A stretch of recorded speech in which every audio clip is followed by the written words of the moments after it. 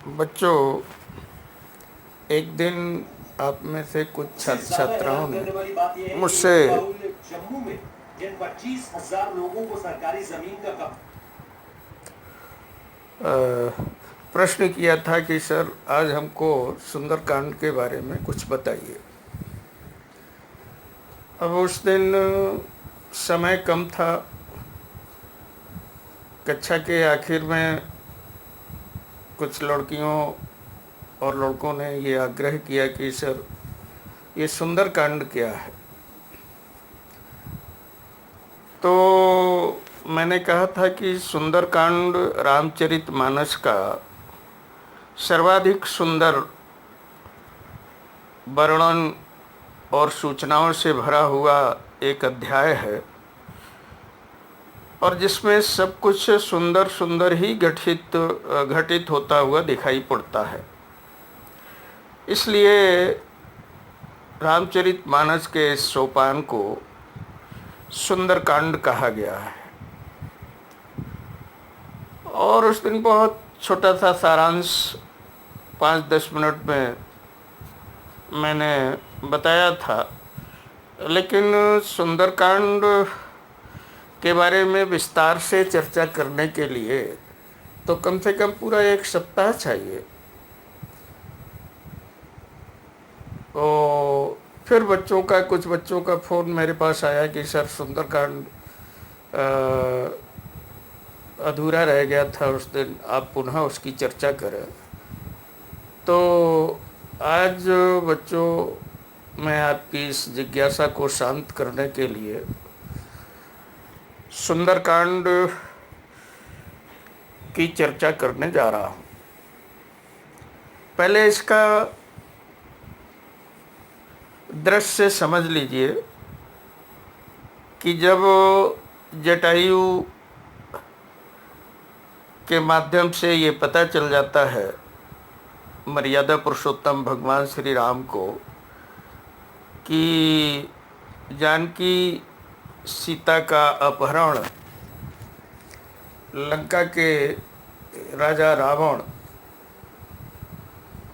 ने किया है और वो उनको दक्षिण दिशा की ओर लंका में ही संभवतः ले गया है, तो भगवान श्री राम सुग्रीव, नल, नील, जामवंत, अंगद अपनी पूरी वानर सेना के साथ समुद्र के किनारे पर डेरा डाले हुए हैं और सबके सामने एक प्रश्न यही है कि सीता मैया का पता कैसे लगाया जाए, कहाँ होंगी, किस हाल में होंगी और कौन ये काम कर सकता है। लंका जाने का रास्ता क्या होगा और ये 100 योजन का जो समुद्र बीच में है, इसको लांघने की क्षमता किसमें है, कैसे उस पार पहुंचा जा सकता है, आदि आदि कई एक प्रश्नों पर विचार करने में निमग्न वानर सेना बड़ी ही दुखी दिखाई दे रही थी। उसी समय जामवंत को याद पड़ता है कि भगवान राम के अनन्य सेवक हनुमान जी को एक श्राप लगा हुआ था कि हनुमान जी में कितनी शक्ति है इसका इनको भान प्रायः नहीं रहेगा, लेकिन जब कोई इसका स्मरण उनको दिलाएगा कि हनुमान जी तुम तो अथाह शक्ति के भंडार हो और दुनिया में कोई कार्य तुम्हारे लिए असंभव नहीं है, सीता माँ की पता लगाने का कार्य तुम तो चुटकियों में कर सकते हो, तो उनको अपनी शक्ति का भान होगा, स्मरण आ जाएगा और वो इस कार्य को भलीभांत संपादित कर सकते हैं। तो यहीं से सुंदरकांड का प्रारंभ होता है जामवंत के वचन सुहाए, सुनि हनुमंत हृदय अति भाए। तब लग मोहि परखेउ कुछ तुम भाई, सही दुख कंद मूल फल खाई। अर्थात जामवंत के ये वचन कि अब का सुध साध रहा हनुमाना, हे बलवान हनुमान जी, अब किस विचार में खोए हुए हो। तुम तो शक्ति के असीमित भंडार हो, तुम्हारे लिए तो ये काम पलक मारकर लंका में पहुंच जाना और फिर उधर से सीता माँ का पता लगा के आ जाना बड़ा ही सहज है, सरल है। तो ये विचार हनुमान जी को भी अच्छा लगा और हनुमान जी ने कहा कि आप लोग यहीं बैठिए और तब तक बैठिए कि जब तक मैं माँ सीता का पता लगा करके और भगवान मर्यादा पुरुषोत्तम राम का करके वापस नहीं आ जाता, तब तक आप लोग यहीं कंदमूल फल खाते रहिए और भगवान जी की सेवा में लगे रहिए। जब लग आवहु सीतई देखी, होई काज मोहि हर्ष विशेखी। यही कई नाई सबन को माथा, चले हरे सिंह धर रघुनाथा। अपने हृदय में भगवान श्री राम का स्मरण करते हुए और सभी को प्रणाम करते हुए मारुति नंदन मंगल मूर्ति श्री हनुमान जी वहाँ से चलते हैं और छलांग लगा करके एक पहाड़ पर चढ़ कर के उस तरफ नज़र डालते हैं। लेकिन तभी वो जो पहाड़ समुद्र के बीच में उनका मार्ग अवरुद्ध करता था, उस पर एक अपने जोरदार पैर का प्रहार करते हैं और वो पर्वत समुद्र में समा जाता है और हनुमान जी उड़ते हुए समुद्र पार करने लगते हैं। लेकिन तभी देवताओं को, स्वर्ग में बैठे हुए देवताओं को ये लगता है कि कदाचित हनुमान जी लंका में पहुंचेंगे भी कि नहीं, क्या सीता माँ का पता लगाने में ये सफल हो पाएंगे। तो उनकी परीक्षा लेने के लिए एक जो देवताओं असुरों की देवी थी सुरसा, उसको भेजते हैं कि माँ जाकर के हनुमान जी की ज़रा परीक्षा लीजिए और देखिए कि क्या वो वास्तव में लंका में पहुंच करके सीता माँ का पता लगाने में सफल भी होंगे। तो वो उड़ ही रहे थे कि उधर सुरसा माँ अपना अट्ठास करते हुए प्रकट होती हैं और वो कहती हैं कि बड़े दिन के बाद आज लगता है कि देवता हमसे प्रसन्न हुए और उन्होंने हमें भोजन के लिए एक सुंदर आहार भेजा है और इसलिए मैं, हे बानर, आज मैं तुम्हारा भक्षण करूंगी। लेकिन हनुमान जी कहते हैं कि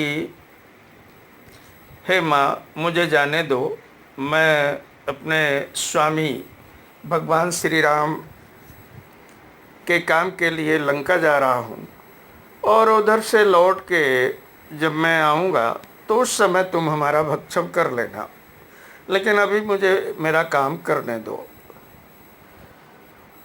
और ये कह उस असुर देवी ने कहा कि जैसे ही वो झपटती है हनुमान जी की तरफ, तो हनुमान जी बड़ा आग्रह अनुनय विनय करते हैं, लेकिन वो अपने रूप को विस्तार देती जा रही थी और उसने अपना मुंह बहुत बढ़ा दिया। यानी हनुमान जी भी अपने स्वरूप को बढ़ाने लगे और वो भी अपने आकार को बढ़ाती जा रही थी। रामायण में लिखा है कि 100 योजन का मुख कर डाला उस पर सर्पों की देवी ने, मतलब 100 कोस जितना बड़ा मुख उस सुरसा ने अपना कर डाला। तो हनुमान जी भी अपने बदन को उसी अनुसार विस्तार देते जा रहे थे। फिर अचानक हनुमान जी बहुत छोटा सा रूप बना करके और उसके मुँह के अंदर से जा कर के घुस कर के और फिर बाहर निकल आते हैं और कहते हैं कि लो माँ, तुमने हमें खा लिया और मैं बाहर आ गया। तब उस देवी को ये विश्वास हो जाता है कि नहीं, ये वानर बुद्धिमान भी है, बलवान भी है और निश्चित रूप से भगवान श्री राम जी का कार्य करने में सफल होगा। और इसलिए मर्यादा पुरुषोत्तम राम का कार्य करने तुम जाओ और तुम्हारी परीक्षा मैंने ली थी, उसमें तुम सफल हुए। राम काज सब करहु तुम बल बुद्धि बुद्धि निधान, आशीष दे गई सो हर्ष चले हनुमान। कि हे पुत्र, तुम राम काज करने में सफल होगे, तुम बल और बुद्धि के भंडार हो, ऐसा आशीर्वाद दे करके वो चली गई। और भगवान हनुमान जी फिर आगे बढ़ते हैं। इसी बीच में एक राक्षसी फिर इन पर झपट्टा मारती है और वो समुद्र में परछाई देख करके पशु पक्षियों का आखेट करती थी। और वैसे ही तो हनुमान जी ने उसकी चाल को समझ करके वहीं से मुष्टिका मार कर उसका संहार किया और जाकर के उस तरफ श्रीलंका के किनारे पहुंच गए। और वहाँ लंकनी ने जैसे ही इनको रोका तो उसको भी हनुमान जी ने अपनी मुष्टिका प्रहार से उसका काम तमाम कर दिया। अब हनुमान जी के तो अपरिचित थे लंका, लेकिन लंका बड़ा खूबसूरत दिख रही थी। स्वर्णमयी लंका, चारों तरफ वन उपवन वाटिका, हरे भरे फल फूल वृक्ष आदि, बड़ा ही मनोहर दृश्य लग रहा था। इनको भूख भी लग रही थी, लेकिन अब ये अनजान बने, कहाँ जाएं किधर जाएं। इस छत से उस छत पे अपना छोटा सा बानर रूप कभी रखते थे, कभी ब्राह्मण रूप में आ जाते थे।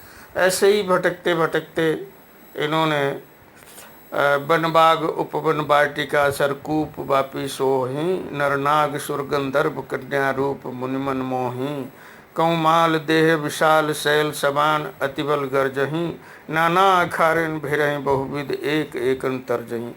कहीं बड़े बड़े फूल फुलवाड़ी उपवन बाग बगीचे सुशोभित हो रहे हैं, कहीं मनुष्य नाग देवता और गंधर्व की कन्याएं ऋषि मुनियों का भी अपने स्वरूप से उनका मन भी हर लेने में सक्षम है।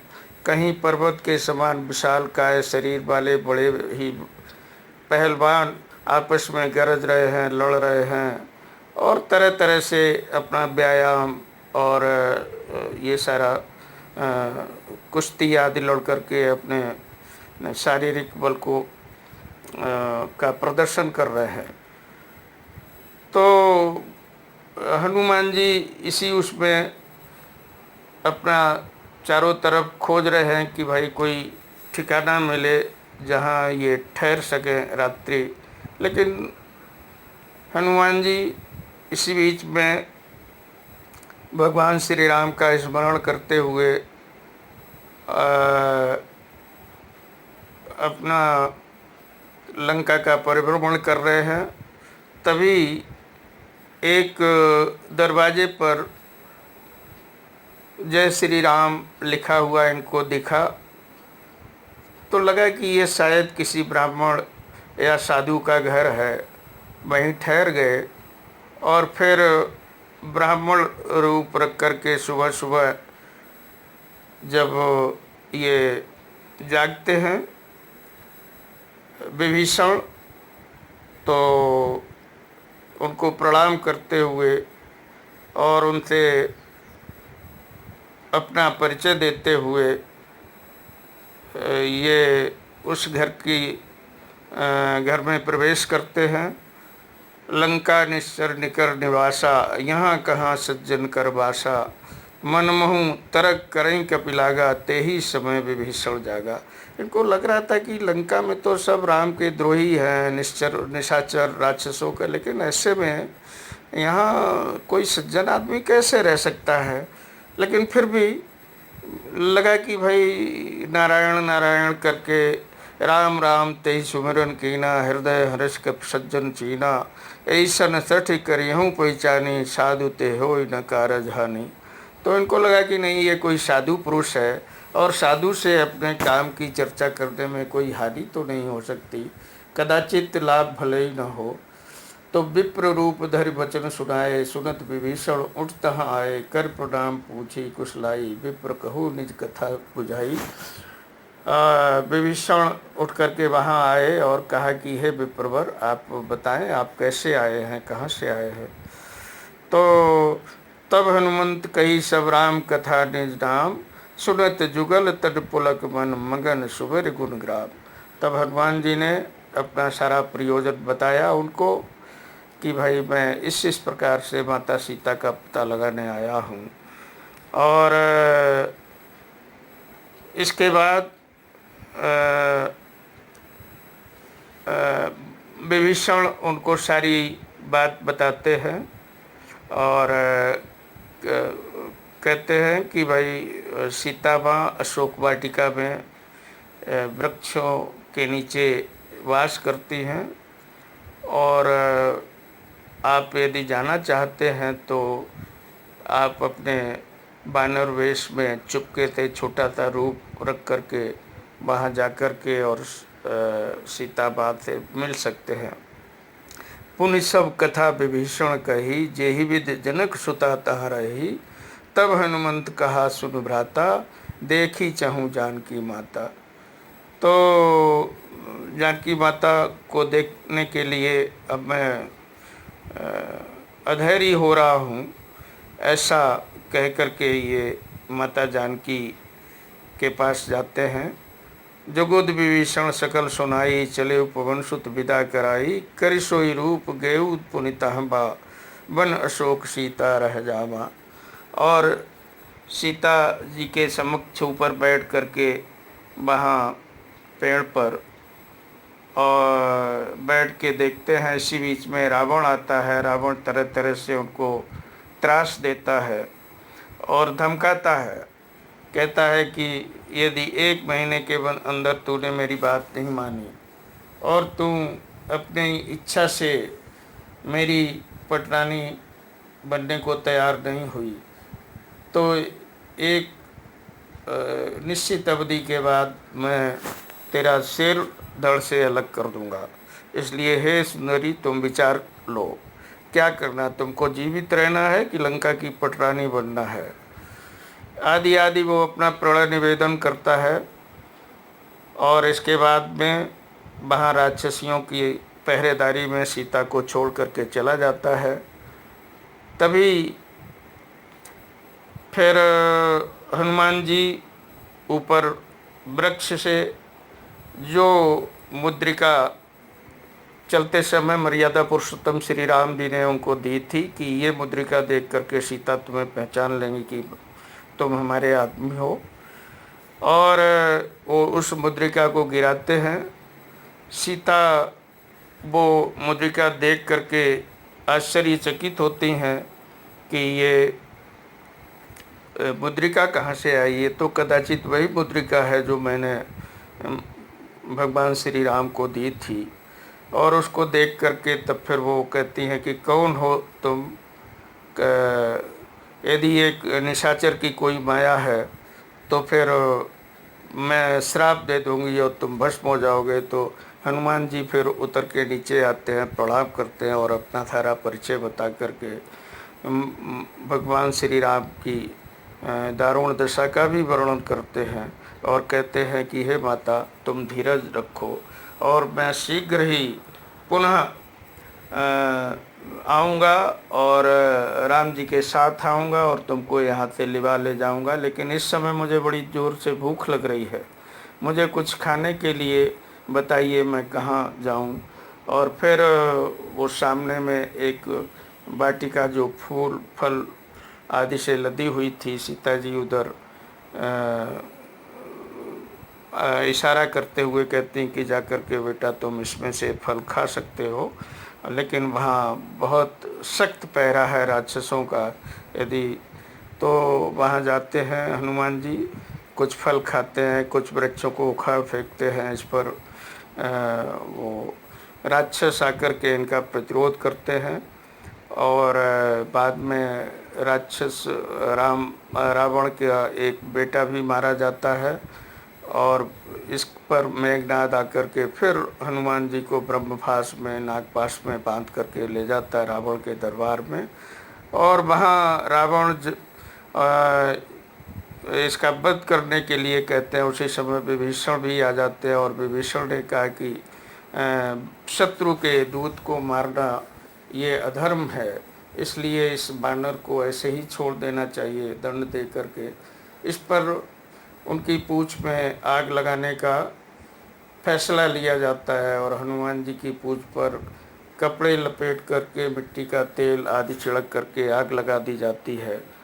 तो हनुमान जी को लगता है कि शायद प्रकृति उनका साथ दे रही है, और जैसे ही वो राक्षस उनकी पूंछ में आग लगाते हैं, राम जी ये हनुमान जी अपना छोटा सा रूप बानर का रूप रख करके अपनी पूंछ को बढ़ाते बढ़ाते और सब जगह इस छत से उस छत पे उस छत से पूरी सोने की लंका को जलाकर राख कर देते हैं और फिर वहाँ से आकर के समुद्र में अपनी पूंछ को बुझाते हैं और कदाचित फिर सीता माँ से मिलकर के पुनः समुद्र के इस पार राम जी के जहाँ सेना को जहाँ छोड़ के गए थे उसी शिविर में आकर के सब लोगों को सीता माता की का पता और उनके हाल समाचार सुना करके सबके चेहरों को प्रसन्नता से भर देते हैं। मर्यादा पुरुषोत्तम श्री राम उनको अपना छोटा भाई समझ करके अपने गले से लगाते हैं और बार बार उनका आभार व्यक्त करते हैं। उसी समय अब जब सीता माँ का पता लग गया तो फिर कैसे चला जाए, तो इस पर सब लोग विचार आदि करके समुद्र से अनुनय विनय करते हैं भगवान श्री राम जी। और समुद्र जल्दी अपने उसमें अहम में चूर था, वो भी जल्दी सुन नहीं रहा था। तब हनुमान जी ने और तब विभीषण ने कहा कि महाराज आपका तो ये सागर आपके कुल गुरु है और इसलिए आप उनसे अनुनय विनय करें तब ज़रूर आपका कहना मानेंगे। तो राम जी वहाँ उनका सागर के अनुनय विनय पूजा आदि करने के बाद भी सागर कोई रास्ता नहीं देता है, तो फिर भगवान श्री राम को गुस्सा आ जाती है। विनय न मानत जलधि जड़ गए 3 दिन बीत, बोले राम सकोप तब भय बिन होत न प्रीत। और तब अपना सारा अभिमान को त्याग करके और विप्र रूप धारण करके भगवान श्री राम के समक्ष सागर उपस्थित होता है और कहता है कि हे भगवान, आप ऐसा बीच का रास्ता निकालो जिसमें मेरा भी मान सम्मान रह जाए और आपकी सेना भी पार हो जाए। और इसलिए आपके पास नल नील नाम के अभियंता हैं और ये पुल बांध सेतु बनाने में सिद्धस्थ हैं, और यदि ये सेतु बनाएंगे तो निश्चित रूप से आपकी सेना उस पार चली जाएगी और मुझे भी कोई हानि नहीं होगी। तो और फिर सारे लोग वहाँ वानर सेना चलकर समुद्र तट पर पहुँच करके से राम सेतु का निर्माण करने में लग जाती है और सागर अपना पुनः ये अनुनय विनय करके वापस चला जाता है। और इसी बीच में विभीषण भी आकर के राम जी की सेना में मिल जाते हैं और वो आगे का मार्गदर्शन मर्यादा पुरुषोत्तम राम का कर लंका में जा कर के रावण के साथ कैसे युद्ध किया जाए, क्या किया जाए, और पूरी व्यूह रचना आदि बनाते हुए वहाँ से पूरी राम जी की सेना इस पार हो जाती है और लंका पहुँच जाती है। तो इस प्रकार से कई ये चीज़ें काफ़ी अच्छी होती हैं। एक तो हनुमान जी के द्वारा सीता जी का पता लगा लेना, सीता जी का पता लगा, दूसरे रावण की लंका को जला करके लौट आना, तीसरे राम जी की शक्ति का एहसास दिला करके रावण को चले आना, चौथे सकुशल वापस आ जाना और पूरा सारा सब कुछ सुंदर सुंदर ही घटित होते हुए दिखाई पड़ता है। इसीलिए ये सुंदरकांड इसका नाम दिया गया है। और अंत में सब कुछ सुंदर सुंदर सबका मान अभिमान और सब कुछ अच्छा ही अच्छा होते हुए घटित दिखाया गया है इस पूरे अध्याय में। तो बच्चों ये तो बहुत ही संक्षिप्त है, जैसा कि मैंने कहा कि 20-25 मिनट में तो ये बताया ही नहीं जा सकता, संभव ही नहीं है। तो केवल सारांश मात्र है ये। और फिर कभी जब समय मिलेगा तो हम लोग 2-4 दिन में इसका आनंद लेते हुए पढ़ेंगे और इसकी व्याख्या भी बताएंगे आपको। तो ये बहुत ही प्रभावशाली और बहुत ही अच्छा अध्याय एक सोपान है रामचरितमानस का, जिसको पढ़ने में भी आनंद है, सुनने में भी आनंद है, और जिसको बार बार पढ़ने से आदमी भवसागर के पार भी होता है। आज मैं समझता हूँ कि इस अवसर पर इतना पर्याप्त होगा। बोलिए सियावर रामचंद्र की जय, सियावर रामचंद्र की।